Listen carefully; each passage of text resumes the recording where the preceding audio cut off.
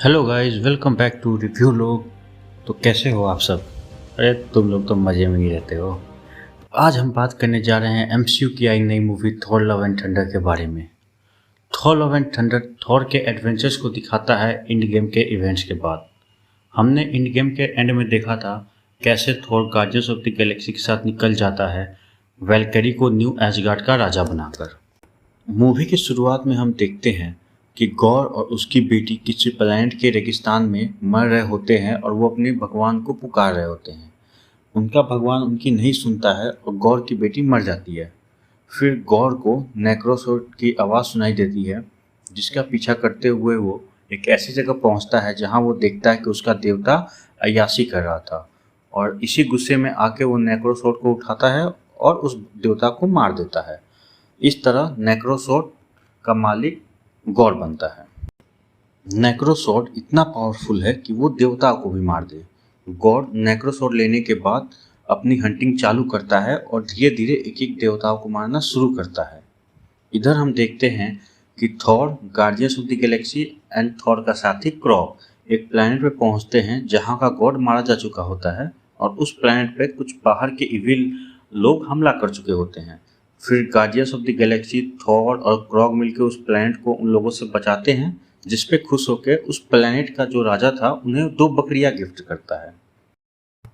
Thor और guardians of the Galaxy को दूसरे प्लैनेट से डिस्ट्रेस सिग्नल्स आते हैं, जहां उन्हें पता लगता है कि काफ़ी सारे प्लैनेट के गॉड मारे जा चुके हैं। फिर थॉर और गार्डियंस ऑफ द गैलेक्सी अलग अलग प्लैनेट्स पे जाते हैं, जिसमें थॉर और क्रॉग जाते हैं शिव से मिलने, जो कि एक प्लैनेट पे घायल पड़ी होती है। शिव थॉर की पुरानी दोस्त होती है, जिसे हमने थॉर 1 और थॉर 2 में देखा था। शिव बताती है कि गॉड का नेक्स्ट टारगेट है न्यू एसगार्ड। इधर पृथ्वी पर जेन फॉस्टर को कैंसर हो चुका है, जो उसके लास्ट स्टेज में होती है।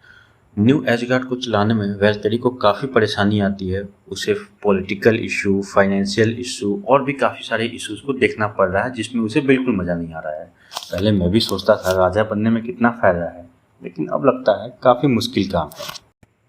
इधर न्यू एसगार्ड पे गॉर अपने डार्क मॉन्स्टर के साथ हमला कर देता है। फिर वहाँ पे थॉर और क्रॉग आ जाते हैं।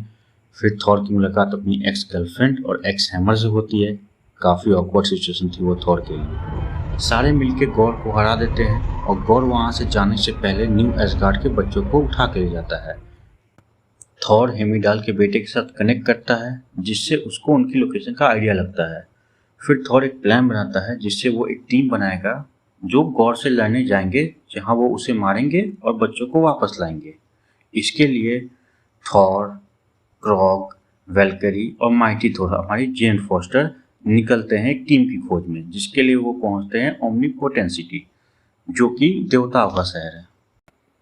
थॉर ज्यूस के पास जाता है मदद मांगने के लिए, लेकिन ज्यूस, जो कि एक घमंडी और अय्याश किस्म का देवता था, उनकी मदद करने से मना कर देता है।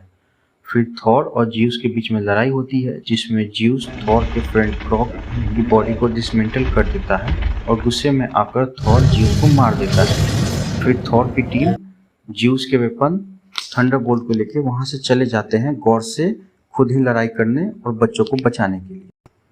थॉर अपनी टीम को लेकर उस जगह पे जाता है जहां गॉड ने बच्चों को किडनैप करके रखा हुआ था, लेकिन वहां जाने के बाद उन्हें पता लगता है कि बच्चे तो वहां हैं ही नहीं। फिर थॉर और उसकी टीम को गॉड के प्लान के बारे में पता लगता है, जो कि स्टॉर्म ब्रेकर की मदद से इटर्निटी तक का दरवाजा खोलना चाहता है। इटर्निटी के पास जो भी पहले पहुंचता है उसकी इच्छा पूरी की जाती है। फिर वहां गॉड और उसके मॉन्स्टर आ जाते हैं, जिनकी लड़ाई थॉर की टीम से होती है। लड़ाई के दौरान वैल्केरी घायल हो जाती है, तो फिर थॉर रिट्रीट करने की सोचता है, और रिट्रीट करने के दौरान ही गॉड थॉर से स्टॉर्म ब्रेकर को छीन लेता है और थॉर वापस से न्यू एसगार्ड में आ जाता है। न्यू एसगार्ड आने के बाद वैल्केरी का इलाज होता है, और जेन फॉस्टर भी अपनी काफ़ी क्रिटिकल स्टेट में आ चुकी होती है, क्योंकि जितनी बार वो म्योलनिर को उठाती है, म्योलनिर उतनी बार उसकी ताकत को खींच लेता है, और अब अगर उसने एक बार म्योलनिर को उठाया तो उसकी जान भी जा सकती है।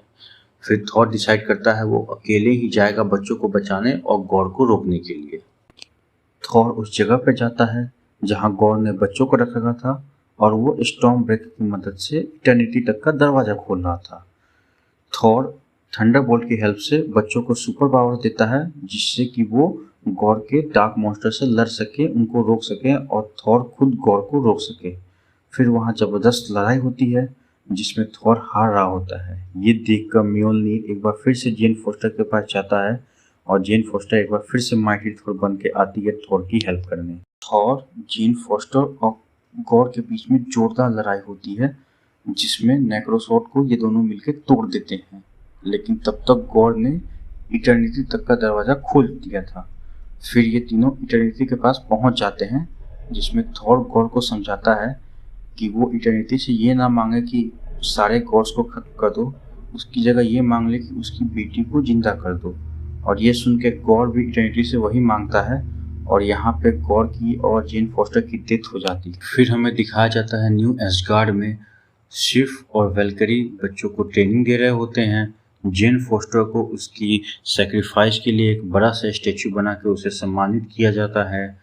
थॉर अपना एडवेंचर कंटिन्यू करता है, लेकिन उसने गॉर की बेटी को अडॉप्ट कर लिया होता है क्योंकि उसने गॉर से प्रॉमिस किया था और वो दोनों मिलकर डिफरेंट लोगों की हेल्प कर रहे होते हैं डिफरेंट प्लैनेट्स पे।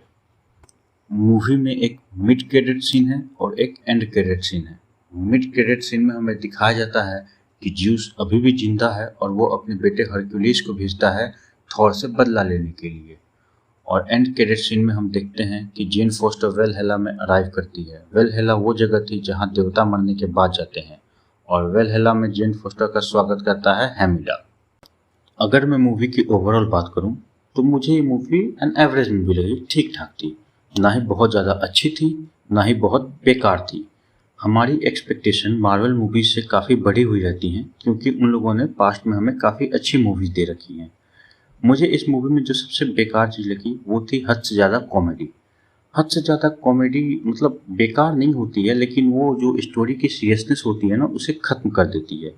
और इस स्टोरी की डिमांड थी सीरियसनेस, क्योंकि इसका विलेन जो था उसे आप कॉमिक्स में जाकर देखो, वो काफ़ी सीरियस विलेन है, मतलब वो गॉड्स की फाड़ के रख देता है।